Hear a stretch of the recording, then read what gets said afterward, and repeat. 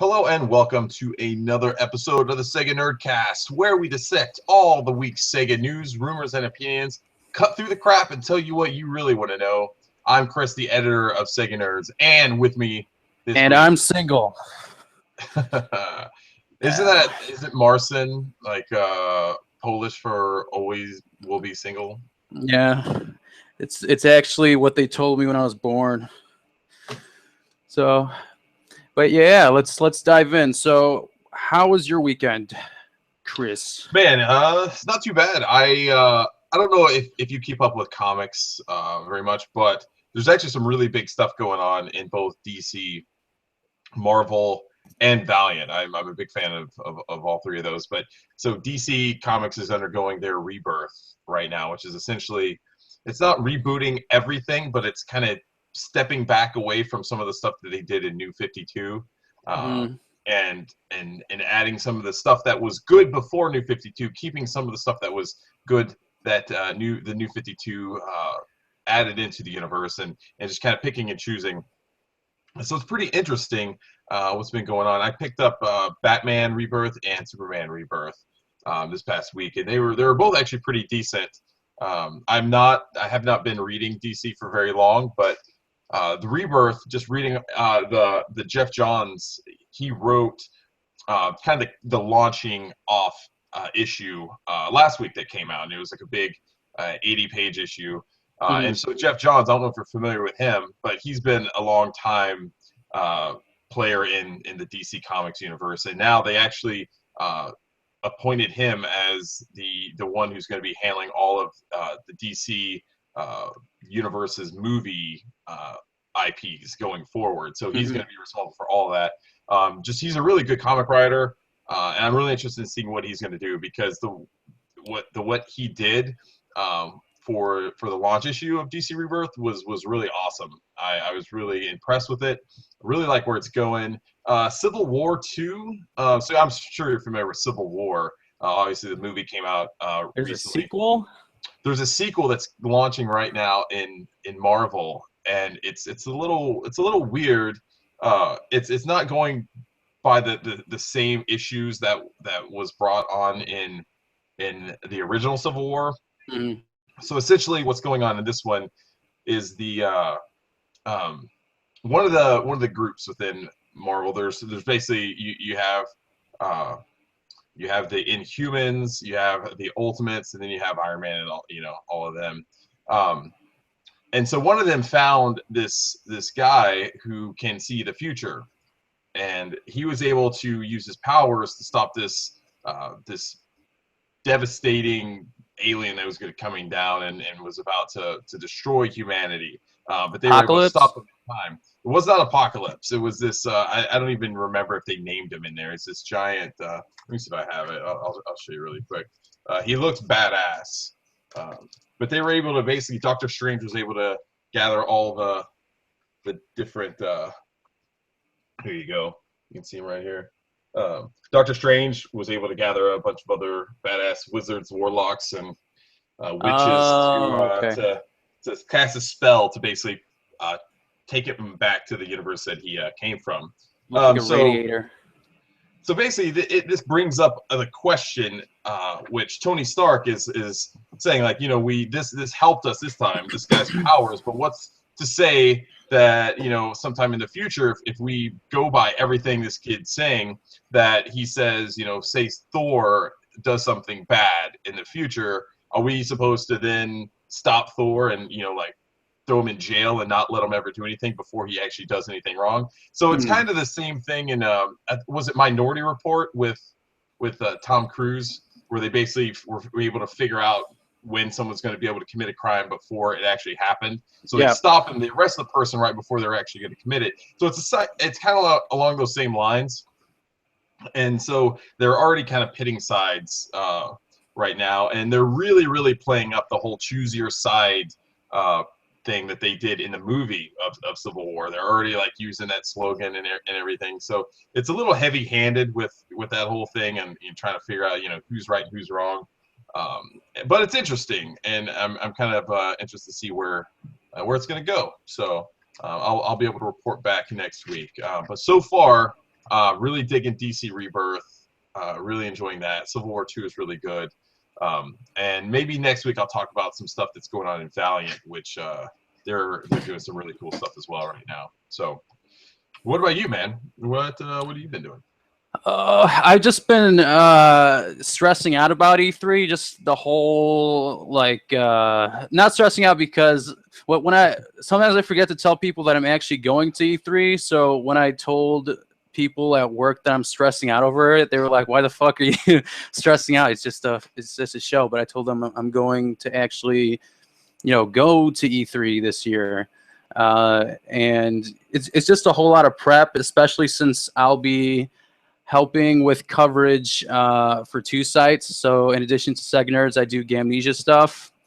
For the Sega Nerds stuff, it's going to be obviously stuff that pops up during Sony's and Xbox's, presentation. I'm going to try and do it as it's, going.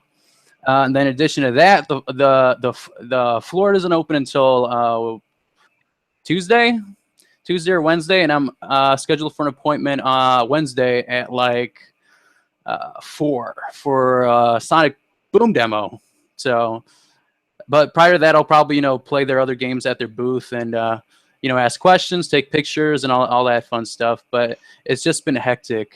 Sonic Boom is actually so you're gonna actually be able to get some hands-on time with it, right? Yeah, so I'll be actually playing it, probably replaying it. It depends on how long they're going to give me, because I don't know how exactly it works. If they give me a lot of time slot, I don't know, if it's just basically, play as long as you want, because they never said about an end time. They just told me when I should just show up. And I'm assuming they have obviously multiple 3DS. It's going to be like one 3DS and 100 people behind me playing. At least I hope not. You're going to have a PR person right there telling you hurry up. They'll probably be telling me, hey, you could do this, and you could jump or freeze Tails' nuts off or something with the ice powers. But yeah, I'm excited. I always get nervous when you have a PR person right there with you, playing a video game, because it's like when you go into a clothing store and you have an employee that just follows you around the entire time, continually asking if you need help. And you're like, no, I'm fine. I know what I'm doing. I know the clothes that I need for my body. It's the same thing when you go to one of these things. Yeah, I get that reaction.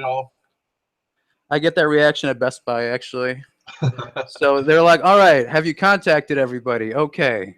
But, if you go to contact people, they're going to be like, fuck off in a polite manner. Sometimes they actually do say fuck off.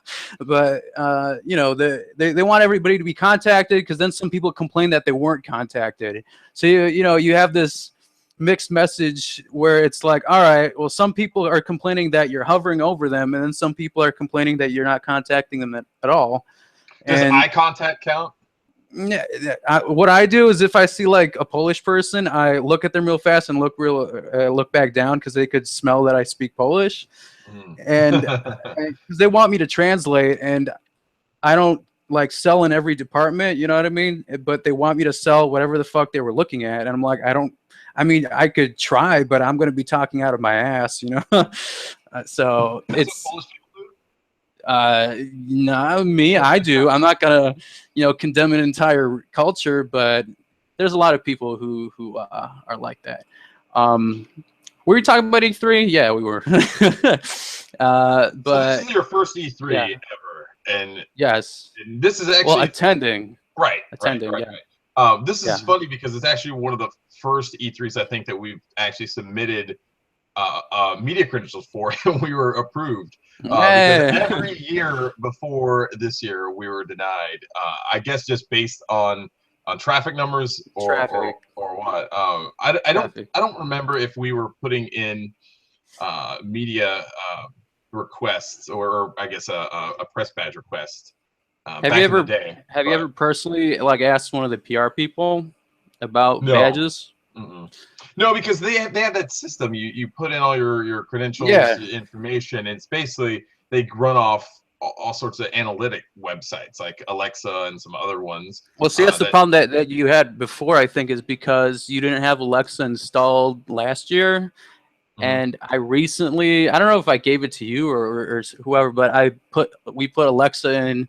It must have been, earlier this year. So I'm sure that helped a lot when they were checking the traffic. But I mean, in addition to that, the traffic also spiked up. So, Yeah, I uh, mean, well, we've been, as far as like traffic goes, we've been pushing more traffic now than we ever have before since we relaunched Sega Nerds. I mean, we're doing very well as far as traffic and stuff goes. So yeah, I mean, from that standpoint, I think that had a lot to do with it as well. Just that we're going from web traffic, standards, we're doing pretty well from there. So it's awesome. I'm really excited. It's an exciting thing that they accepted our media request to get press badges, and I'm glad you're able to get that. So what is the biggest thing you're most looking forward to that you get, know of right now at E3? getting drunk with gaming officials. They actually have an after party on Tuesday of that week. It's for a game that's completely non-Sega related, but they've got some interesting guests. So I don't know if you've ever played Silent Hill before. Yes. If you remember Silent Hill 2, Laura's theme, the musician who made the music for Silent Hill 2 is actually the opening act for that party, Kira Yamaoka.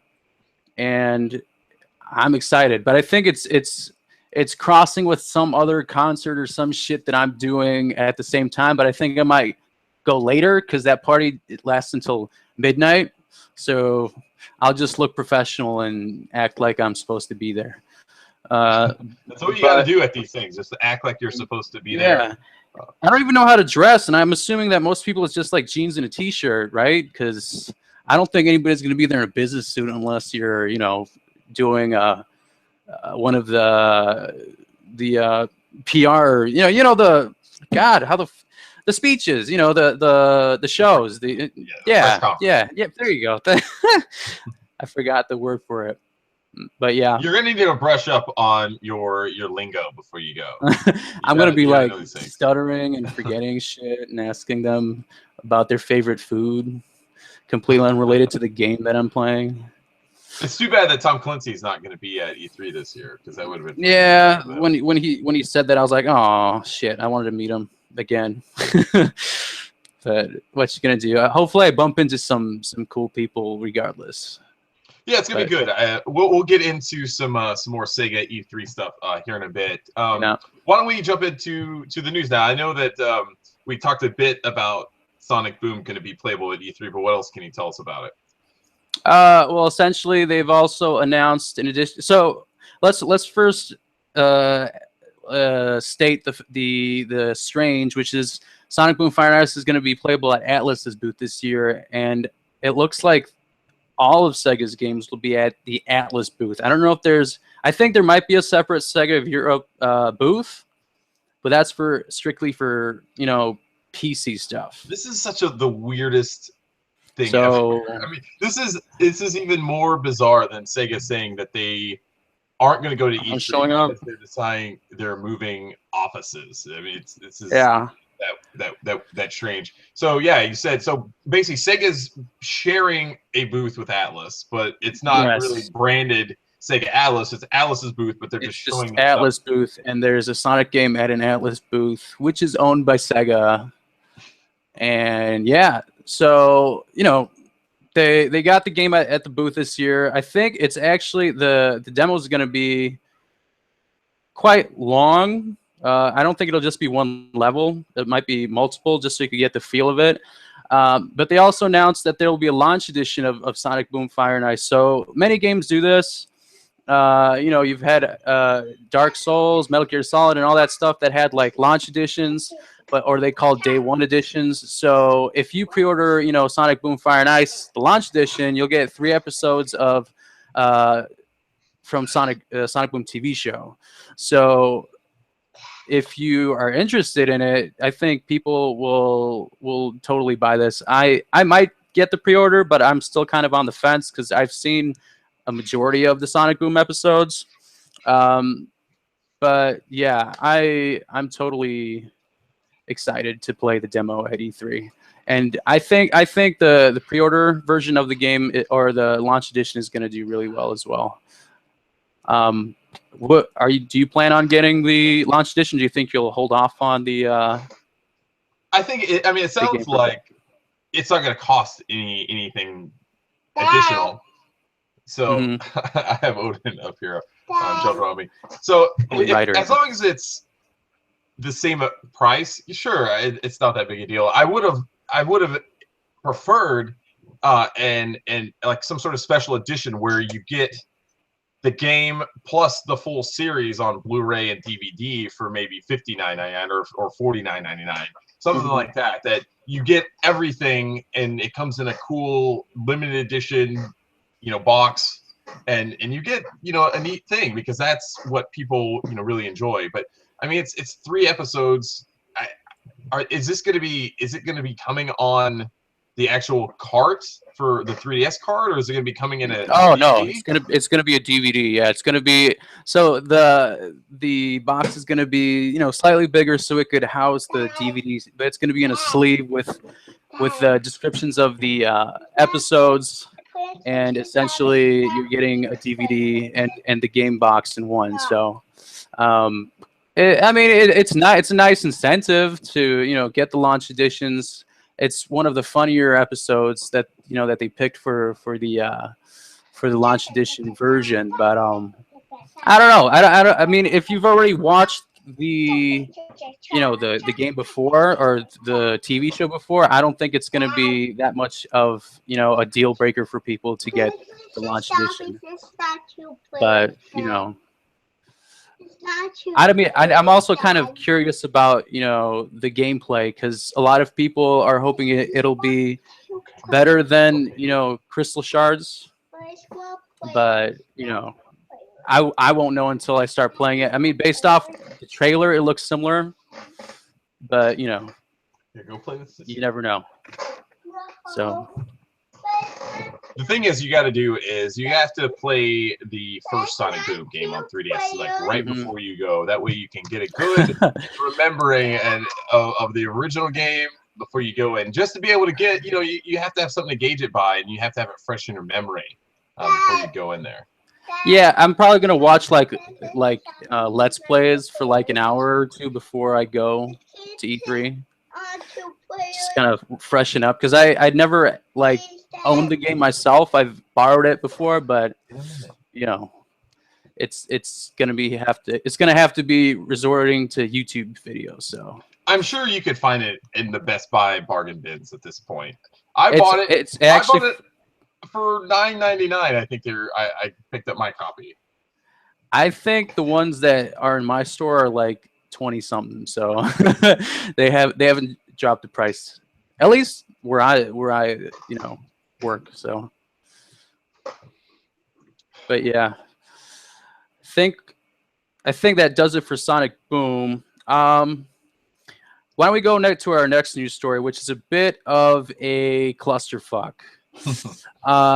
So I think a lot of people who at least follow our website and follow other SEGA news sites, they've seen the petition for Project Dream, which is essentially a petition asking SEGA to either make the Dreamcast 2, or they themselves are going to create it, and SEGA would kind of give them their blessing and help them with development and whatnot. They've shown a couple of things throughout this year. We've seen a apparent user interface earlier in January. They've given they've shown designs, but they were images from Dreamcast 2 mock-ups that you've seen before. So it was an odd choice to put on your petition. But what happened recently was there was a bit of a conflict between two groups. So there's Ben and Bertie, which were kind of the founders of the petition, and then they sort of found these two other workers. So there's Joanne and I believe it's Sam. They actually had all the professional connections. So, they had connections with multiple companies who were working on, the development of the project and whatnot. And what happened was there was what it looks like what Joanne said is the schism within the team caused by inefficient and amateurish conduct. So I think there was just some sort of miscommunications. I've heard there were bouts of like paranoia and whatnot, and she says embarrassing lack of progress, so that's a bit telling. So she says she's stepping away from Project Dream, and stated that the Twitter handle itself is no longer associated with the group. So I feel there, like this is yeah. like a NWO red and black versus black and white. Wolfpack versus the original. Yeah, I'm kind of into Yeah. this is probably the most exciting thing that's happened in the SEGA community.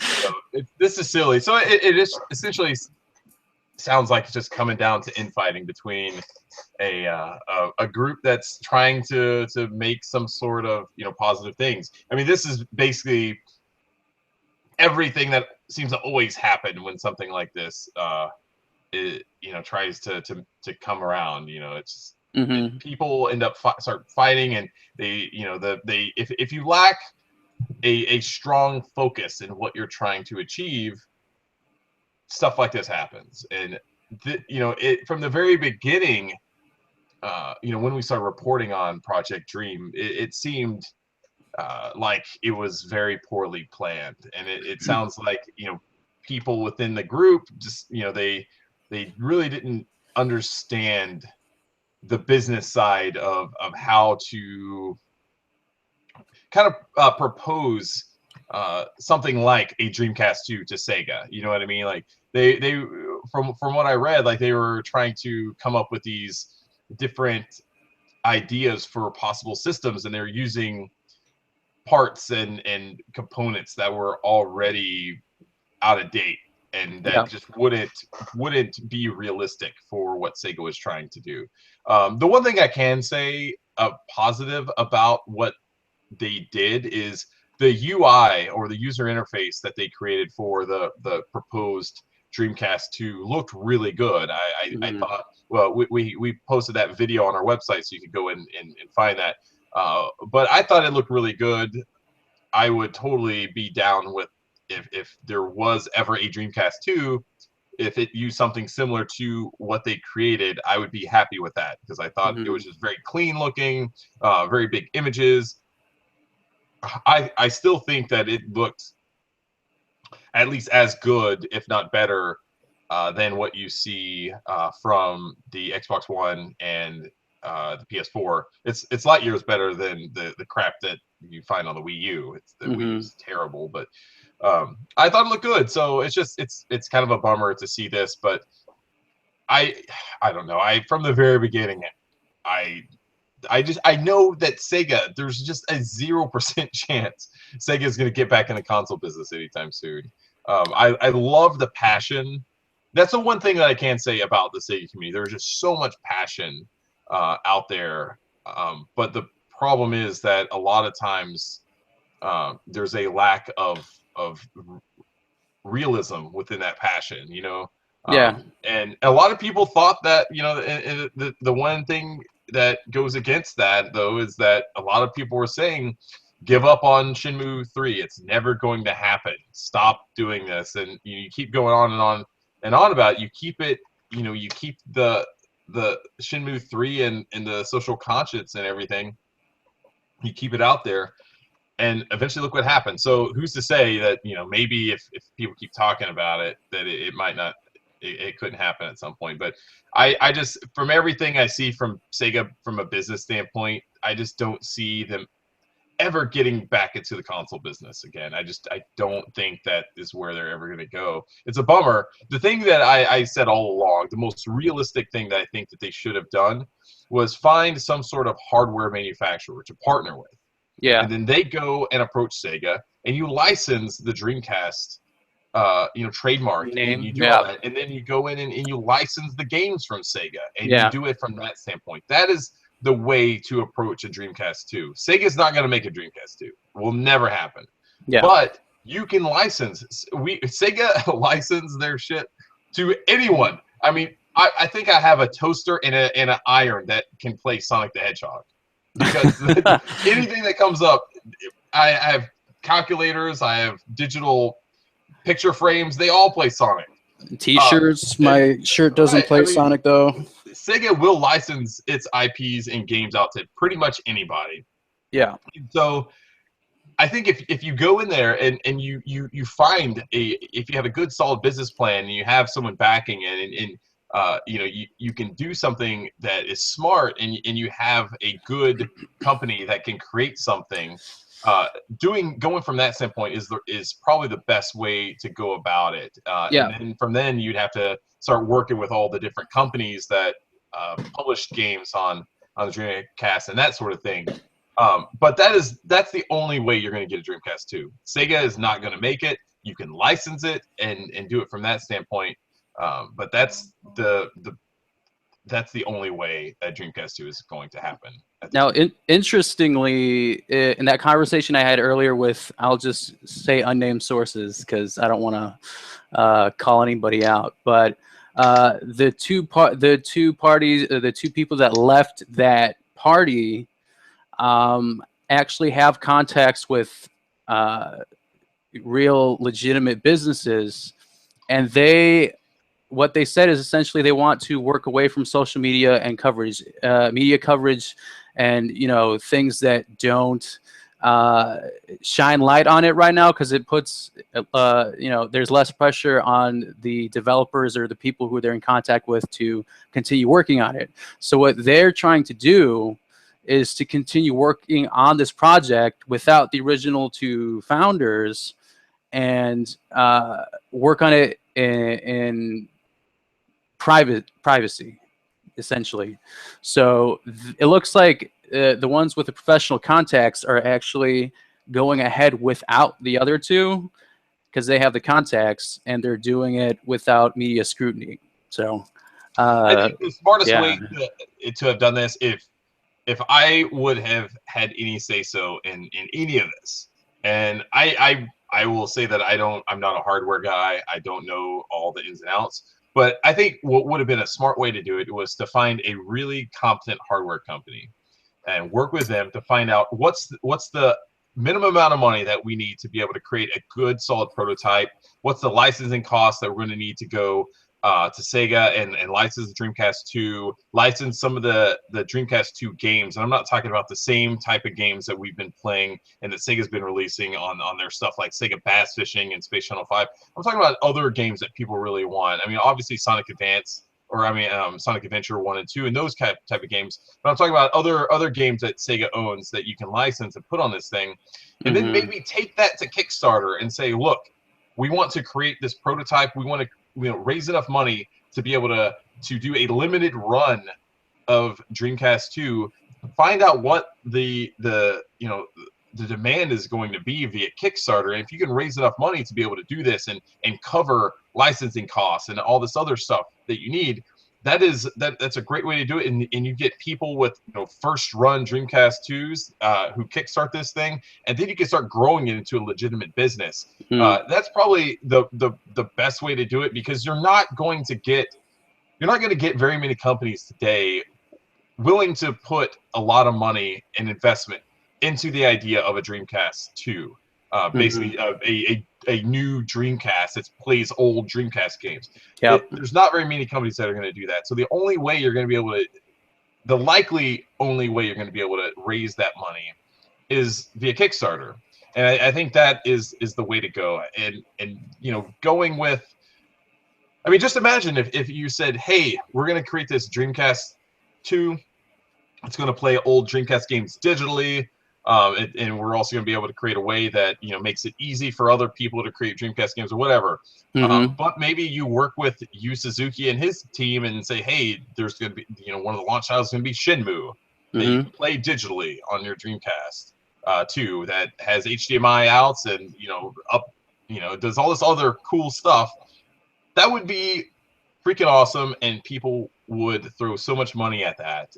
You look at the success that Shenmue 3 had, I think it would have very similar success to that. But it's just someone needs to be able to properly run something like this. And the sad thing is that there's just so much negative media attention and stories out there about Project Dream at this point that I just don't know if it can come back from that. But I hope I hope the best for them. I mean, I hope it works out. Yeah, but I think this is a good segue into the next news bit, which is the story about how some publishers want their games on the Sega Genesis Hub.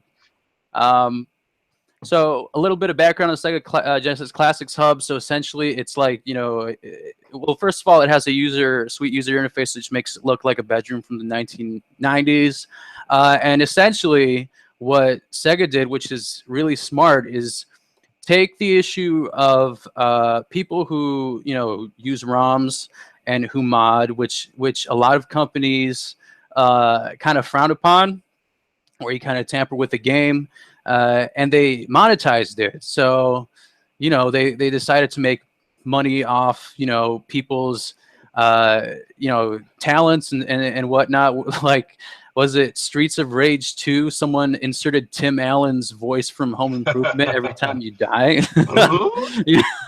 Yeah. So just shit like that is genius. And it's a perfect way for the company, first of all, to look great, to look great in people's eyes. It's good PR, like the same thing with what PlayStation did a year ago, where Microsoft announced streaming, or you could only share the game with a certain amount of people, and then Sony released a YouTube video with how to share games with your friends. Step 1, give them the game. That's it. And I was like, I think that video is still probably the number one reason, or that's the moment the tide shifted in gamers' minds to saying, I'm supporting the PS4. That video, that was awesome. But going back to Sega, I think this is probably one of the smartest moves that Sega has done in years. Yeah. They're one of the first mainstream big companies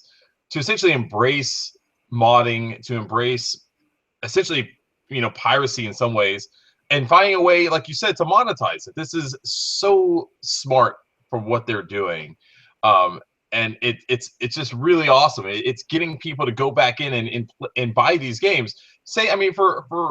For people that own a lot of these games, say they're a collector and you own these games on your Genesis already, there's not a huge reason for you to go and buy all these packs on Steam.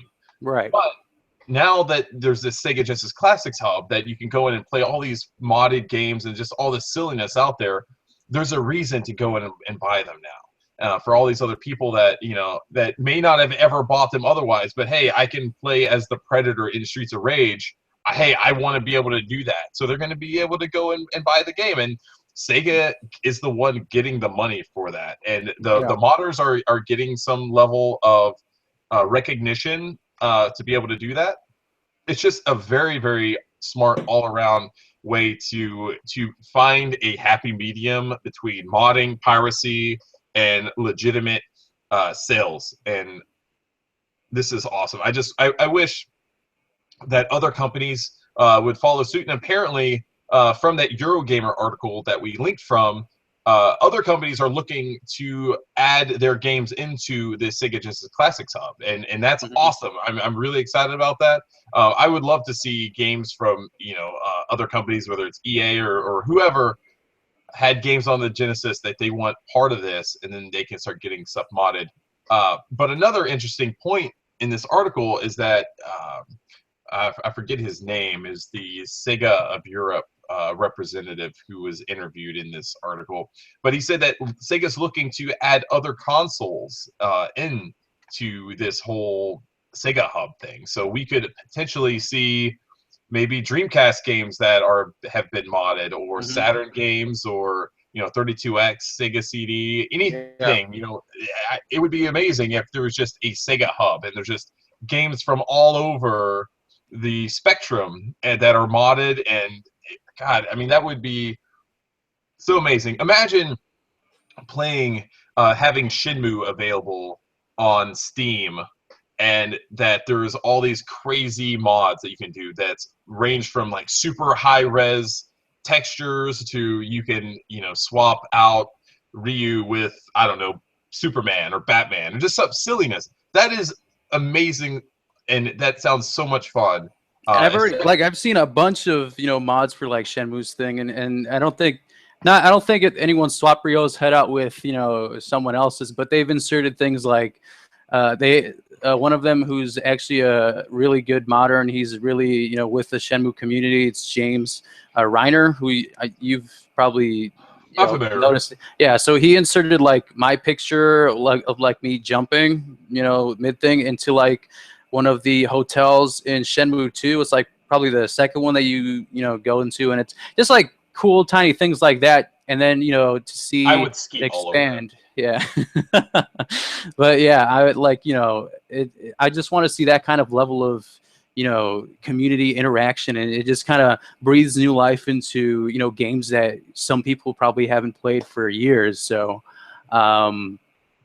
yeah, I think it's actually I'm great with segues. So speaking of Shenmue, now we had a recent update in Shenmue 3's Kickstarter about a new member who joined Shenmue 3's team, Toshiko Masada, who is actually the animator or one of the animators for the new Batman and Superman adventures.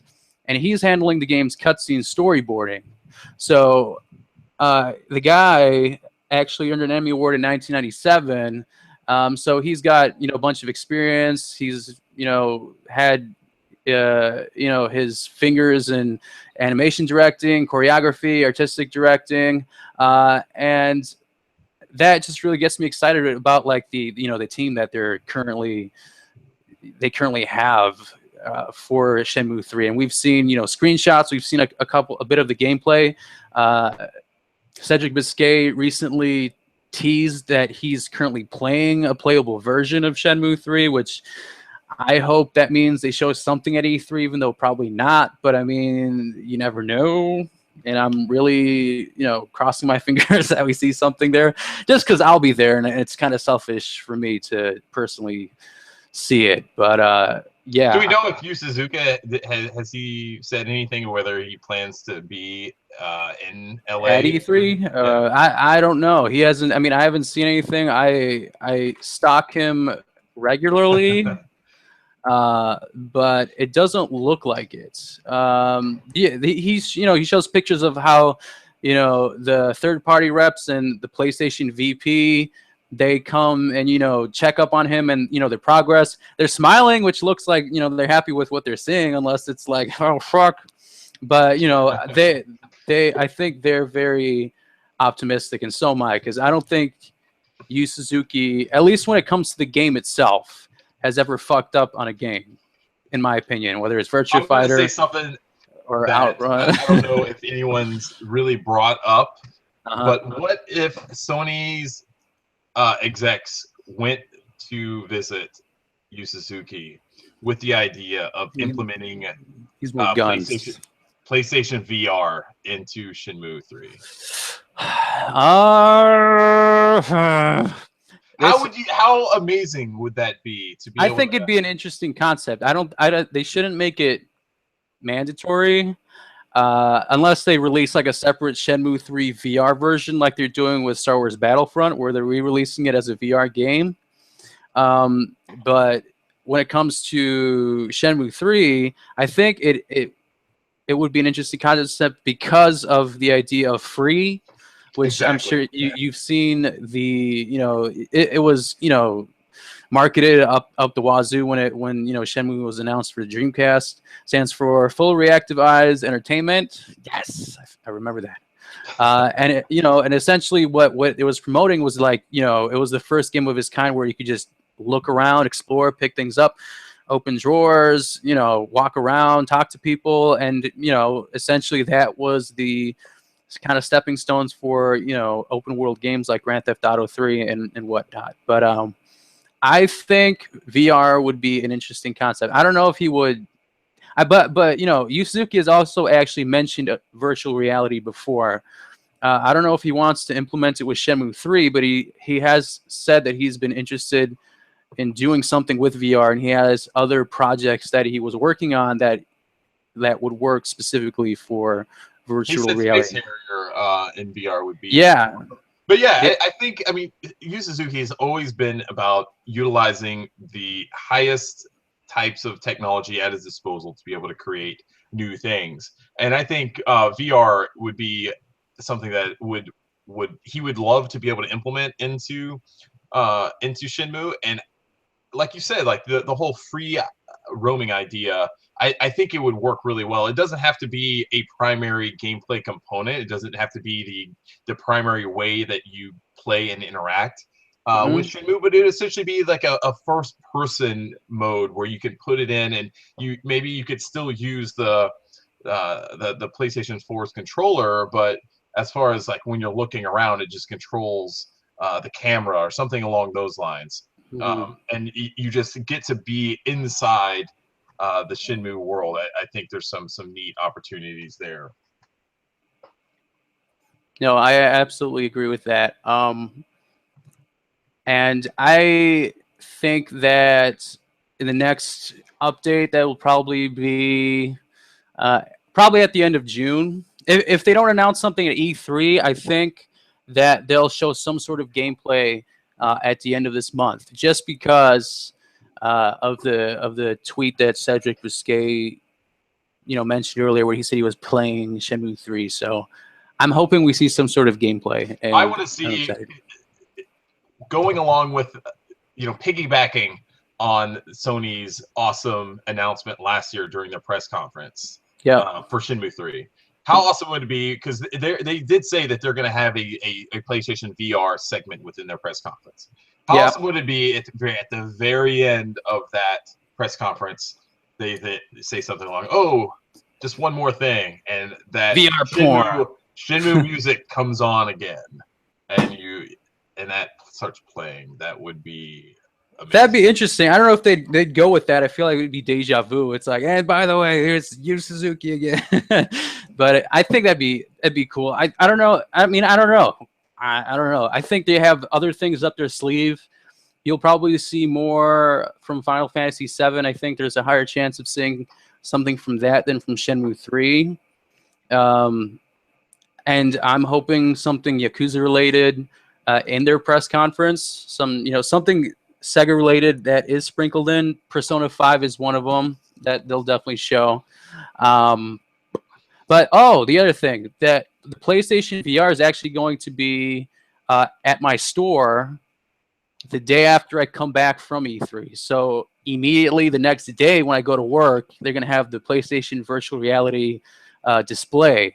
And we're going to be actually one of the first stores in our district, in our market area, to have it. So they're going If to I were want me you, to I would overlook it just get to work really early that day. Try to and try open, it out. and then try it I, before I am opening. I come in at 8 seeing a.m. faces that have all sorts of different bacteria and jizz I, all over them. I do that. I do that every morning because there's a bunch of like older people who kind of wait at the door. And one day we had the radio.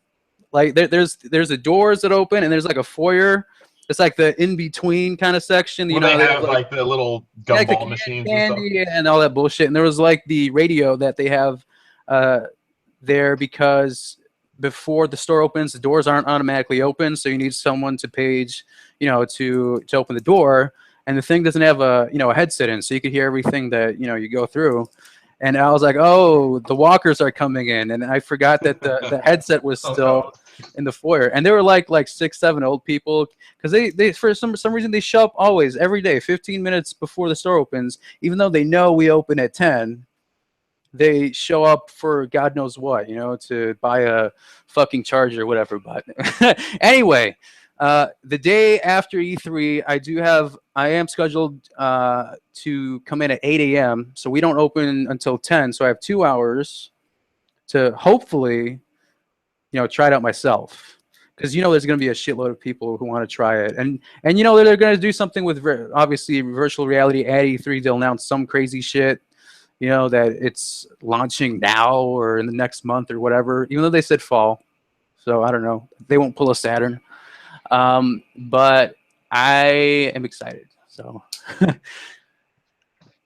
but yeah, the other thing. So speaking of revealing, see, I'm so good at these, these segues. So the interesting news piece of the past week was the announcement of a Wonder Boy remake.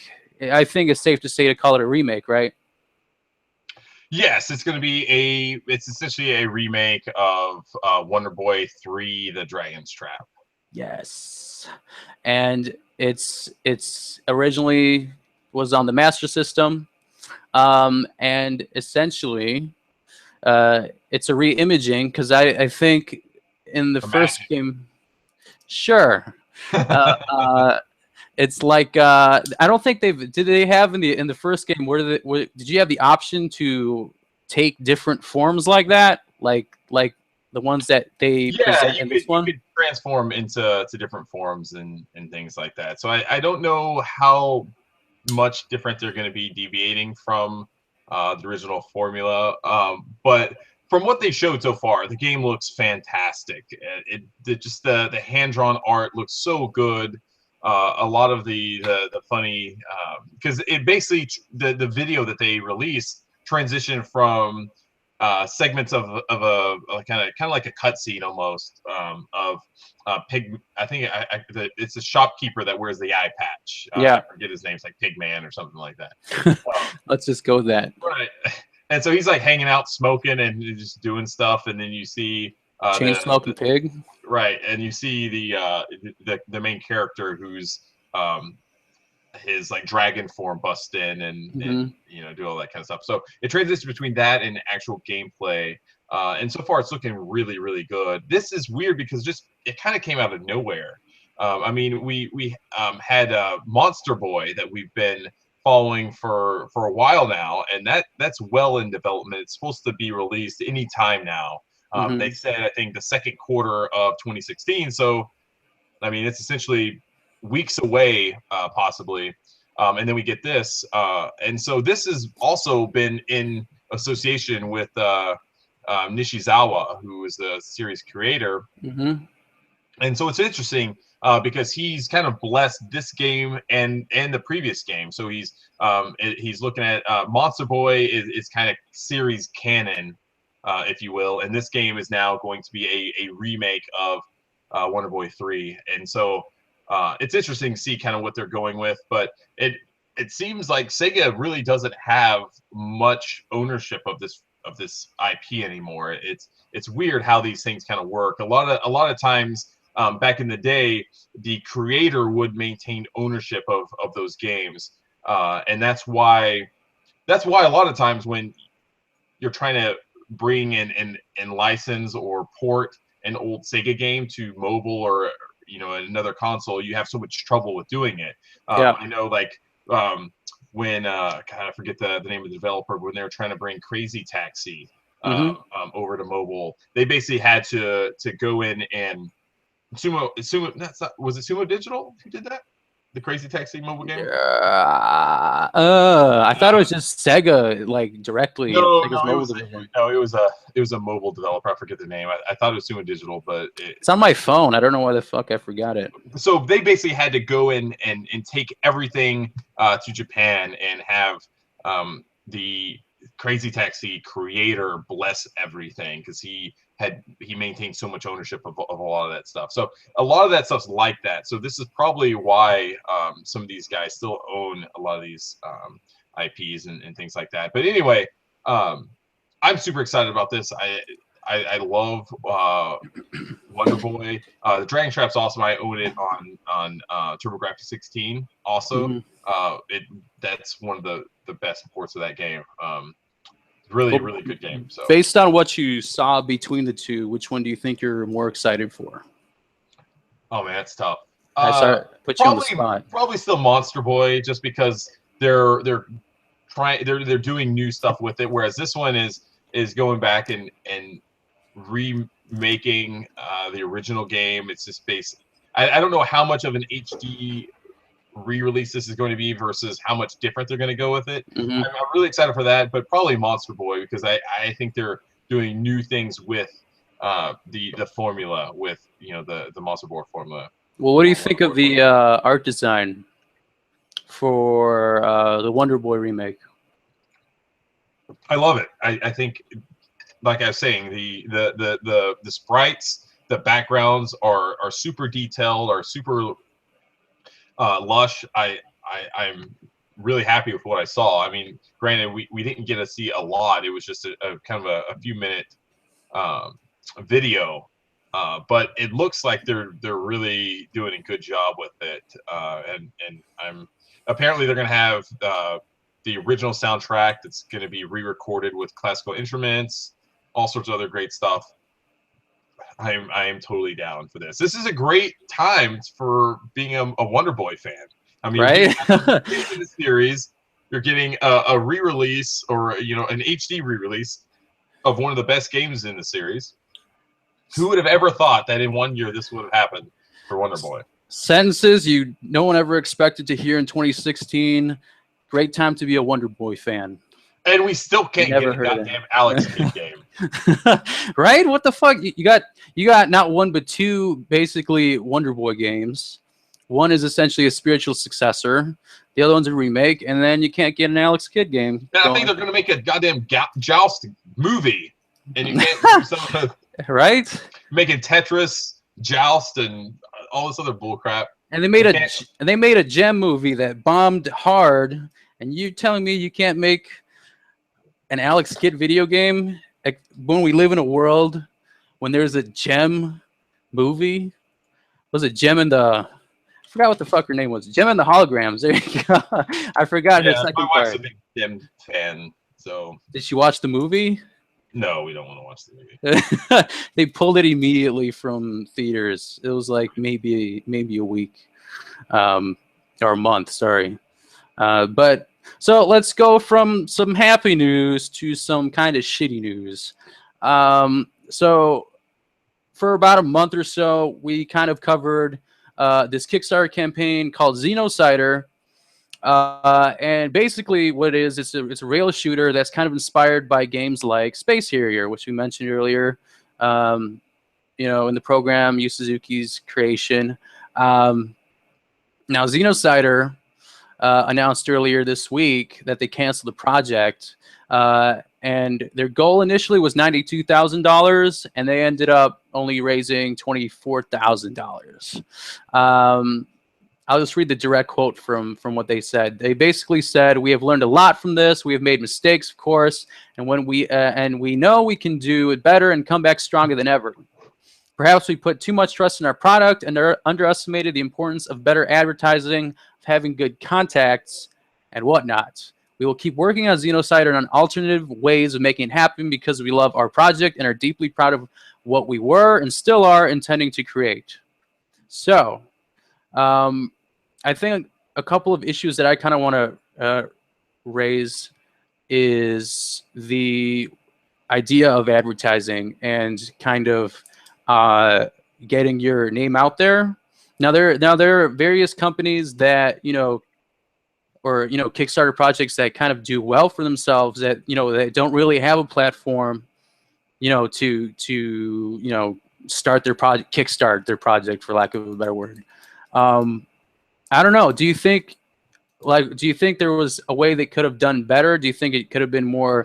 Yeah, they should have put more cats in the game, and then that would have probably right. What the fuck was that Kickstarter? It was like a Nyan Cat or something. It was like one of the highest funded Kickstarter projects. It's some cat board ever. Game or something. Yeah. I don't know, but it made millions. And games like this barely reach. I really think it has to be proper messaging, some advertising. It does help to have a good platform to kick off of. I played the demo of Xenocider. It was pretty good. It definitely needed some work. You could tell that they still had a bit to go. Now, given this was supposed to be made for Dreamcast and PC and whatnot, so I mean, you can only do so much if you're working with Dreamcast hardware. But I got my rocks off from playing that Space Harrier level with the sound effects that they included in there. Right before I wrote it up, I played the demo and I tried it.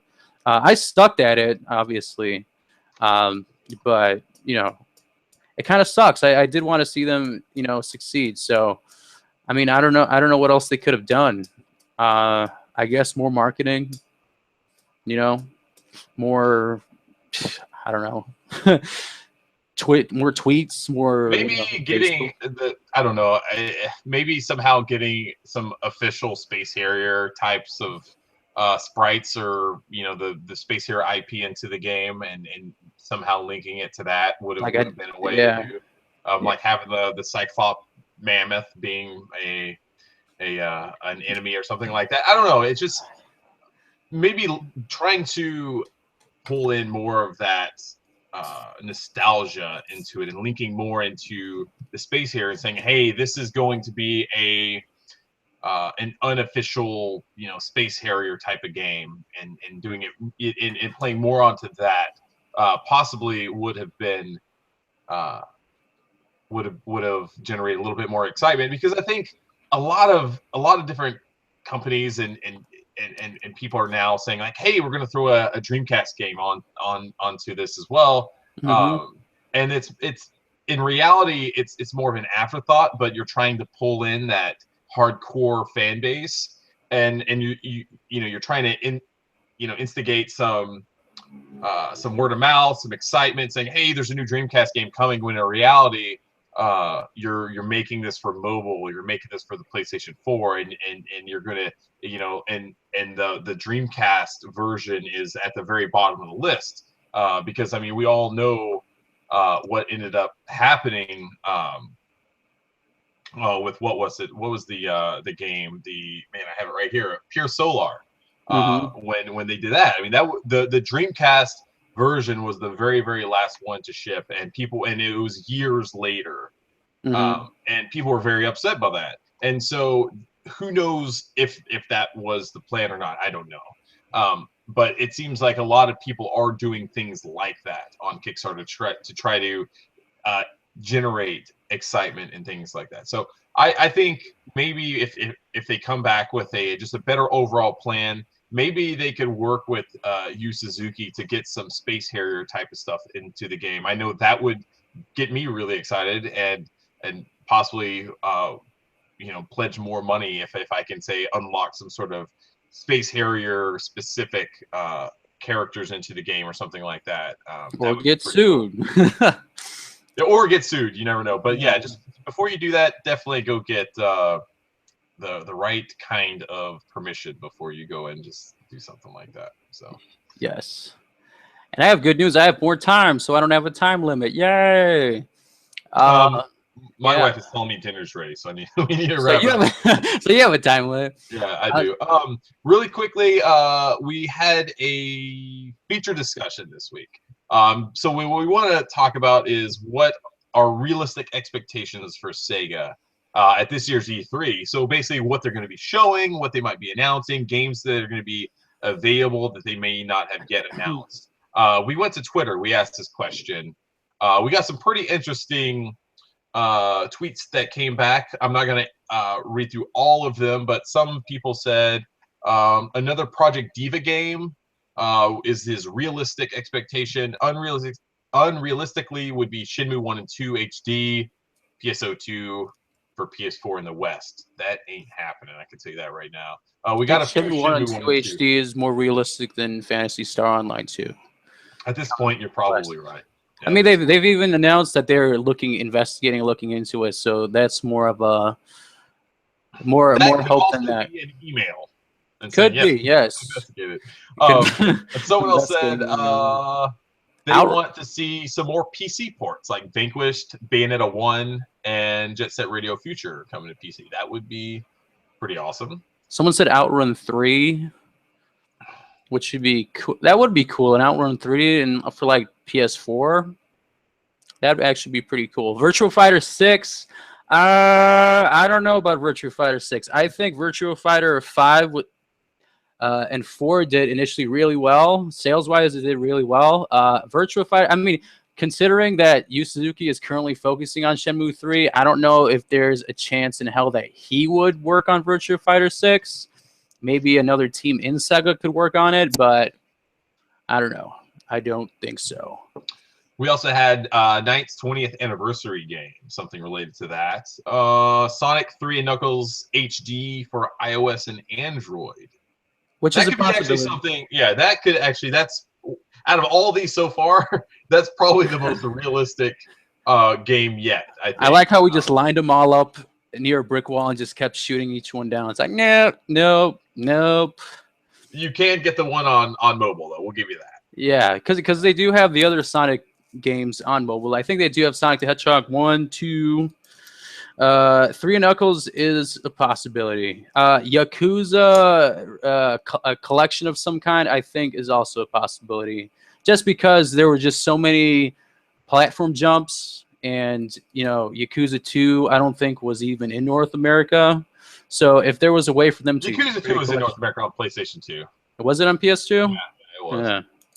But I would love to see some HD releases of Yakuza 1 and 2. That would be amazing. Yeah. But even if they said, hey, we're just going to put it some sort of collector's edition that we're going to sell in very limited supply, and it's just everything maybe just available for the PS4 that you can just buy, and it's all there. Do you think they'd be able to fit it on a Blu-ray disc like Uncharted, or do you think that what they would probably do is they would give you a disc that would unlock everything, and you have to download it all? This would probably end up happening. Yeah, just like separate downloads on your PS4. Mm-hmm. Yeah, that's what they like to do these days. That's probably... I don't even have enough space. I have to decide what I want to delete every time I get something new. That's the same with me. Hey, you know what? I still rocked my original Xbox 360 hard drive until the day all 12 of them died. So 12 hard drives? I never. No, those were 360s. I own 12 360s throughout the whole generation of the Xbox 360. I own 12 of them. They crapped out? Oh yeah, they all died. I just threw 2 of them away about a month ago. I was like, you know what? I'm washing my hands with Xbox 360. I don't want you in my house anymore. Ever again, I'll never own an Xbox 360 in my life. But throughout that whole time frame, I never not once, decided to buy a bigger hard drive. I was like, I'm just going to stick with this. What was it, 12 or 15 gig hard drive? 11 times. It's too much. I had 2 red rings. The third one survived. I sold that for a PS4, and then I never looked back. So for you, realistically speaking, for the games that have not yet been released or announced for E3, Sega related, or maybe Atlus, what is a game or a couple of games that you think realistically Sega might be announcing there? I feel like Shenmue's too obvious because I keep saying that, and I'm gonna stop being an annoying prick, but that is in the back of my mind. I think they're gonna say something or give some sort of hint at the Sonic 25th anniversary game. Now, I don't know if it's when it comes to that particular game that they're working on and teasing. I don't know if it's going to be a Sonic Generations 2 type game, which seems possible. I think that might be where they're going with it. Just because, the GIFs, even the recent one where you had the 2D one jumping through the ring, and now he's a modern. I think they're just teasing something like that. I don't know if it. I mean, Sonic Adventure 3 people talk about, but essentially, I did agree with someone else. Sonic Heroes is basically Sonic Adventure 3.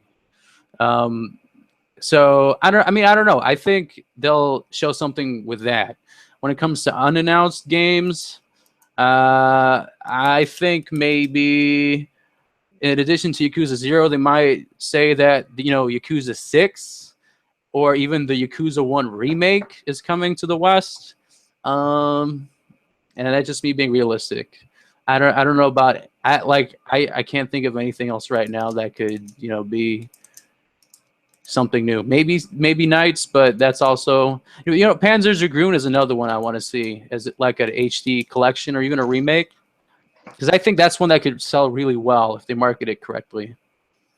They need to yeah. find that code for Panzer Dragoon Saga before they even talk about Yes. a collection. Yes. Going back to a Sonic Generations 2, one thing that I think would be really neat for them to do, because you look back at the original Sonic Generations, you had the original 16-bit Sonic versus the new one. I think it would be neat to also include a third Sonic that would be like the Dreamcast version of Sonic that's very polygonal and Sonic Boom. right. Well, no, it would be more of the Sonic Adventure Sonic. But don't you think that second one is the Sonic Adventure Sonic? It's more my God, my specific. son just scared the crap out of me. That's funny.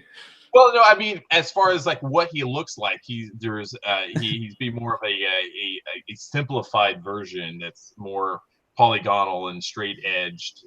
And as far as So you actually want him to look like a Dreamcast version of Sonic? Yeah, you know what I mean. Like he'd look more like an early generation 3D model instead of a but like updated. But you're talking about how he's kind of shorter and stocky. I'm talking about I want him to look like an old version of. I want him to basically look like he did in Sonic Adventure. You want that polygon in that game, like in the new game, like what they did in Metal Gear. Yeah, how they had that whole skin that made Solid Snake. Yeah, exactly. That's what I want to see. And if they were going to do a new Sonic, I would dig that. Yeah, that would be awesome. They did that with Tomb Raider also. Where they that would be great. PS1 cool. And as far as like what I want to see them continue to support Valkyria Chronicles in the West. I want to see Valkyria as a Revolution be announced that it's coming to the West. That's probably likely. That I bet you. Yeah. I bet you $5 because that's all I have. Yeah, and then some more PC ports. I'm totally down with that as well. I would be down. I would be giddy if Sega announced that they're going to be publishing a Condemned 3 on PC. Give me some of that. I want that. Yes. All right, we need to wrap things up. It's almost 7 p.m. over here on the Eastern Standard Time on the East Coast. 6 for me, real time zone right here. We are going to get out of here for this week. So as always, if you're not following us on social media, you got to do it because we have always some cool stuff happening on the social medias. If you want to follow us on Twitter, it's at Sega Nerds. Facebook is facebook.com/theSegaNerds. YouTube is youtube.com/Sega Nerds. Just look us up. That's right. And Marcin, where can people find you if they want to follow your exploits? Basically at Marcin Gulik, Gulik. Like I'm gonna have to spell it out because people will be like, "What the fuck?" But you can find me on the Sega Nerds website, and then I'm essentially I throw my social media tags everywhere. So you can find me at Marcin Gulik. I'm also doing the Sega Nerds social medias. So essentially, it's kind of like following me. For the most part. Yeah. What about you, Chris? At Baron Von Powell. You still have to tell me why Baron Von Powell. Like Red Baron? It's gonna remain a mystery this week. Maybe next week I'll reveal. Go with Red Baron. I'll reveal it. So anyway, that is it for this week. We will be back next week probably. Hopefully, probably not. With some exciting announcements. We have something up our sleeve that we've been working on for quite a long time that we cannot wait to talk about. If I had any sleeves. You have no sleeves. So I have no sleeves. You cannot have anything up. But maybe I can't partake. Okay. So, all right. That is it for this week. We will be back once again. See you later.